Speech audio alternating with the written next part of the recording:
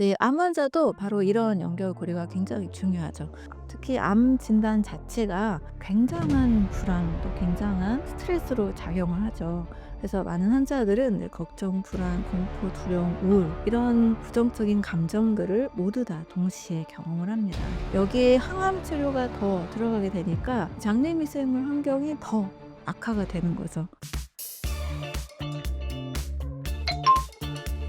암 환자의 장 면역력이 강화되면 어떤 일이 일어나나요?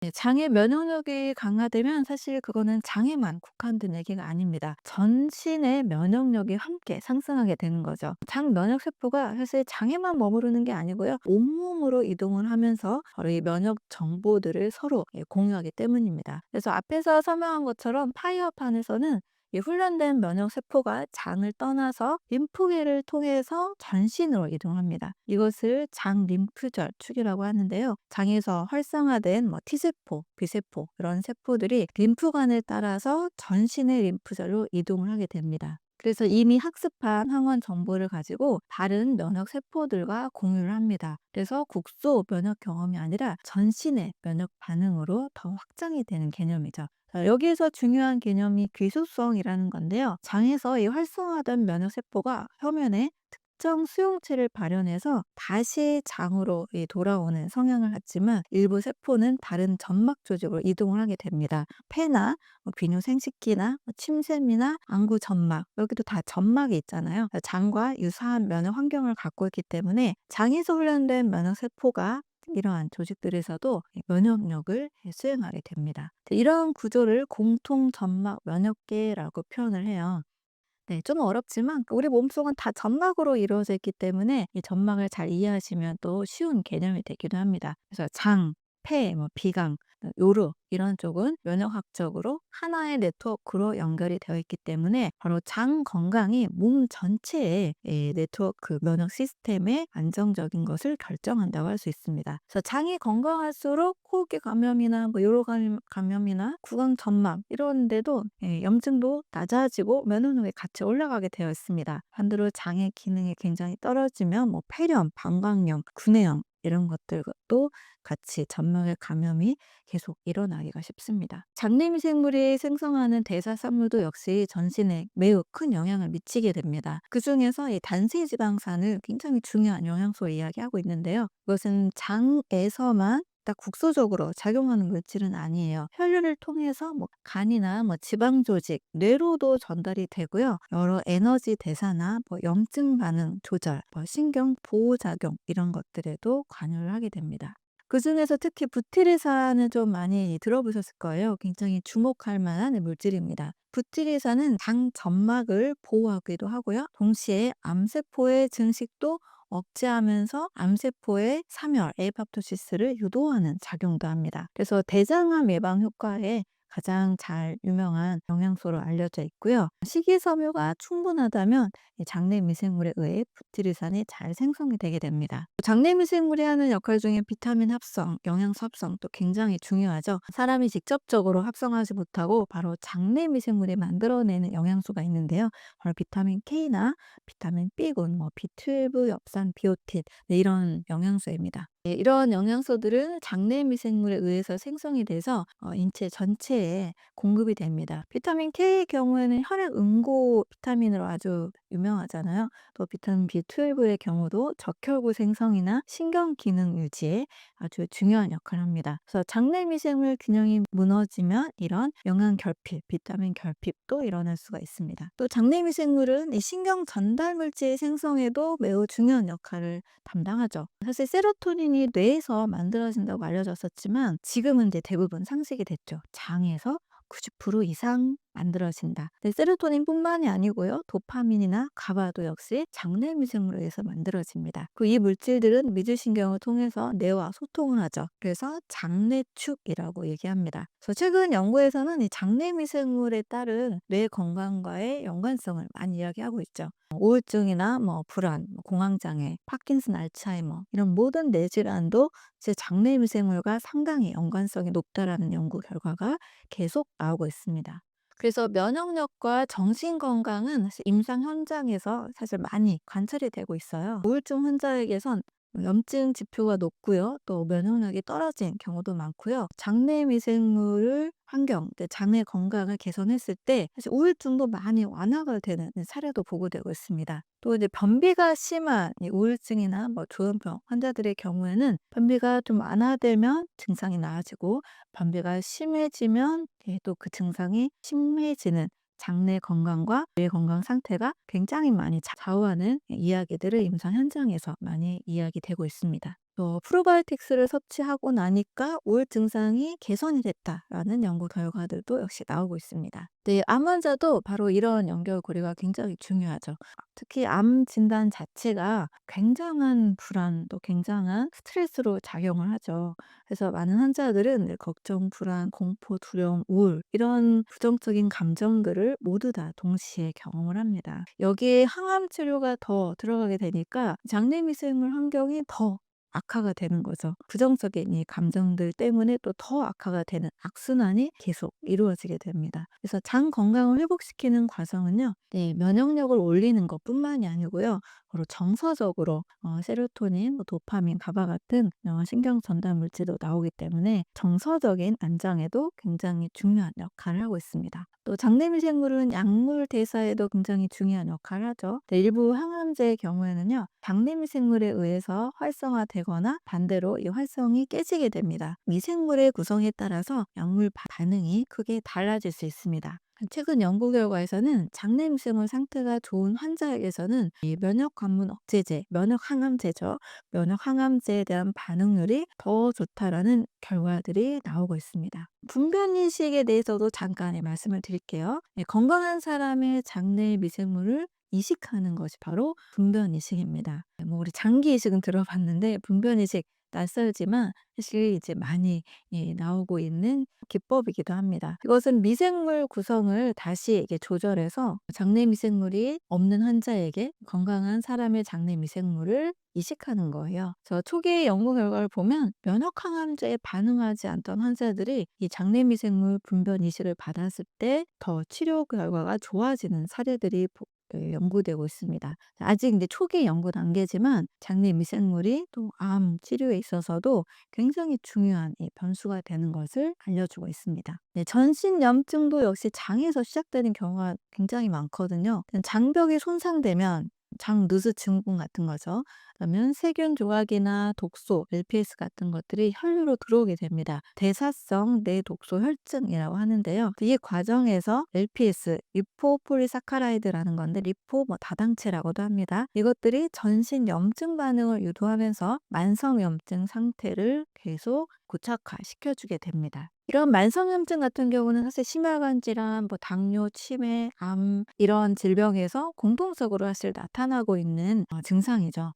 그래서 그 출발점에는 항상 장 건강에 문제가 있고요. 만약에 반대로 장벽을 튼튼하게 하고 장 점막을 튼튼하게 재생시키고 장내 미생물의 균형을 잘 만들면 이런 전신의 염증 수준이 잘 낮아지게 됩니다. 실제로 장 건강 개선 프로그램을 적용한 연구들에서 보면요, 염증 지표 중에 CRP 같은 수치, 인터루킨 6 같은 이런 수치들이 유의미하게 감소가 되고요. 반대로 NK 세포 이런 활성도나 항체 생산 능력들이 더 향상되는 보고들이 있습니다. 가공식품을 줄이고요. 프로바이오틱스나 프리바이오틱스를 많이 섭취하시는 과일이나 채소, 그리고 발효식품 이런 것들을 섭취하는 것만으로도 장 면역 환경이 굉장히 짧은 시간 안에 바뀌기도 합니다. 만성 소화불량 환자, 어떻게 낫게 되었나요? 소화 불량을 호소하시는 분들이 사실 많이 오고 계시는데요. 가장 소화가 잘 되는 식사를 제가 안내를 해 드립니다. 한 가지 음식이라고 꼽는다라면 어느 정도 심한 악액질 상태가 아닌 분들에게는 일단 과일 식사를 꼭 추천을 드립니다. 과일 하면 많은 분들이 너무 달거나 너무 신 과일만 생각하시는 분들이 계세요. 그런데 누구나 드셔도 그래도 안전한 과일이 있죠. 블루베리 같은 베리류 과일입니다. 또 몸 상태에 맞게 사과가 잘 맞는 분은 사과를 드셔도 되고, 바나나가 잘 맞으면 바나나를 드셔도 돼요.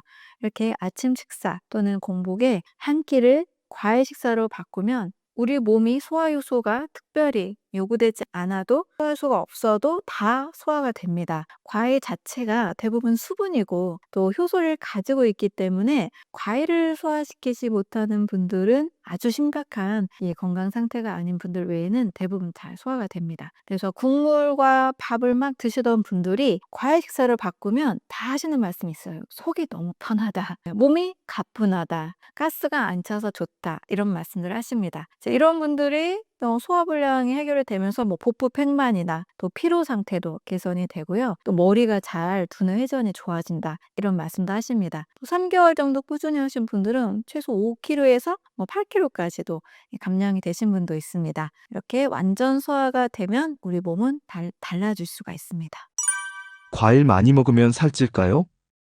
그 반대죠. 결론부터 말씀을 드리면 과일을 많이 드시면 살이 빠집니다. 만약에 살이 쪘다 이런 분들은 과일을 잘못 드신 거예요. 식사 후에 후식으로 또 드셨거나 과자나 빵이나 뭐 이런 거와 함께 과일을 또 더 드셨기 때문에 이미 섭취한 많은 탄수화물, 곡식의 많은 탄수화물과 함께 추가적인 당분이 또 들어오니까 살이 찔 수도 있는 거죠. 저는 과일을 식사로 드시는 방법을 추천을 드립니다. 과일에 당이 있기 때문에 진짜 오해를 많이 받아요. 제가 그래서 과일의 당을 막 분석을 해 드리거든요. 사과 100g에는 5g 밖에 당분이 없고 대부분의 과일 500g 먹었을 때 20에서 뭐 25g, 많아야 30g 이 정도인데 밥 한 공기를 먹었을 때보다 이 과일 500g을 드시는 것이 훨씬 더 당분의 양이 적습니다. 거기에다가 과일 먹고 살찌기는 정말 어려운 게 대부분 제가 환자분들 상담을 하면 "과일을 많이 드실수록 살이 빠져요."라고 다 말씀들을 하십니다. 이 안에는 당분을 제가 계산해서 그렇지 거의 90%가 수분이에요. 나머지는 섬유질, 그리고 비타민, 미네랄, 조효소들이 아주 가득합니다. 항산화 물질도 있죠. 염증이 줄어들면서 간을 건강하게 만드니까 지방 대사가 활발하게 일어나죠. 대부분 살이 빠집니다. 그래서 과일을 먹고 살찐다는 것은 식후에 밥 드시고 디저트 드시고 또 드셨을 때의 잘못된 식사법의 문제입니다. 과일을 식사로 드셨을 때는 당분의 양도 사실 많지 않고요. 또 식이섬유, 수분 때문에 또 대사를 활발하게 하기 때문에 과일 식사는 오히려 다이어트에 아주 좋은 식사가 됩니다. 과일의 당분은 설탕과 다른가요? 과일의 당분은 자연당이죠. 자연의 산물이고요. 설탕은 정제 가공한 합성당입니다. 과일에는 아까도 말씀드렸지만 식이섬유가 풍부하죠. 비타민, 미네랄도 풍부합니다. 다양한 항산화 영양소, 효소도 아주 풍부하고 수분이 거의 90%가 넘게 있습니다. 과일을 먹으면서 단백질이나 지방을 먹었을 때보다 당연히 올라갑니다. 그러나 이게 인슐린의 문제를 가져오는 혈당이 아니고요. 췌장의 문제를 가져온 혈당이 아닙니다. 그런데 설탕은 섬유질이 하나도 없잖아요. 수분도 없습니다. 그래서 순수 정제한 당만 있죠. 비타민, 미네랄 있을까요? 없습니다. 흡수 속도가 굉장히 빨라지게 되는 거죠. 혈당을 급상승시키기 때문에 인슐린을 또 굉장히 많이 자극합니다. 인슐린이 또 빠르게 올라가면 빨리 혈당을 내리기 위해서 일단은 글리코겐, 지방 형태로 저장을 해버립니다. 그래서 과일은 천천히 타오르는 그런 장작불이라고 한다면 설탕은 빠르게 파는 그런 불꽃으로 보시면 됩니다. 그래서 과일은 살을 찌운 음식이 아니고요. 신진대사를 더 원활하게 만들고 정상으로 만들어서 자기에게 맞는 체중을 유지하게 만들어줍니다. 최고의 과일 하나를 추천해 주세요. 가장 대중적인 과일로 저는 사과를 말씀을 드립니다. 아침 사과 하나리면 의사가 필요 없다 이런 말 정말 많이 하잖아요. 아침 사과는 금사과다 이렇게 말씀들을 하는데 그 이유가 진짜 있어요. 사과를 꾸준히 드시는 분들은 장 건강이 아주 좋아진다는 거를 대부분 느끼실 겁니다. 변비 있는 분들, 사과에 들어있는 펙틴이란 식이섬유가 굉장히 장에 자극을 잘 해서 또 화장실을 잘 가게 만들어줍니다. 또 사과에는 우르솔산이라는 근육을 강화시키는 성분도 있어요. 과일을 먹었는데 근육이 올라갔다? 네, 과일 안 드시던 분들이 막 프로틴, 닭가슴살, 뭐 샐러드 이런 것만 드시다가 과일을 더 추가적으로 드시는 분들이 운동을 병행하면 근육 증가가 훨씬 더 잘 됩니다. 사과에 들어있는 또 다양한 이 항산화 성분들은 간의 해독 능력을 굉장히 빠르게 올려줍니다. 그래서 독일의 의사 막스 거슨이 암 환자에게 꼭 필수적으로 먹게 했던 음식이 바로 사과입니다. 왜냐하면 간 건강이 모든 암의 면역력을 결정한다고 보고 있고 간해도 간세포 재생에 이 사과가 굉장히 도움이 많이 된다라고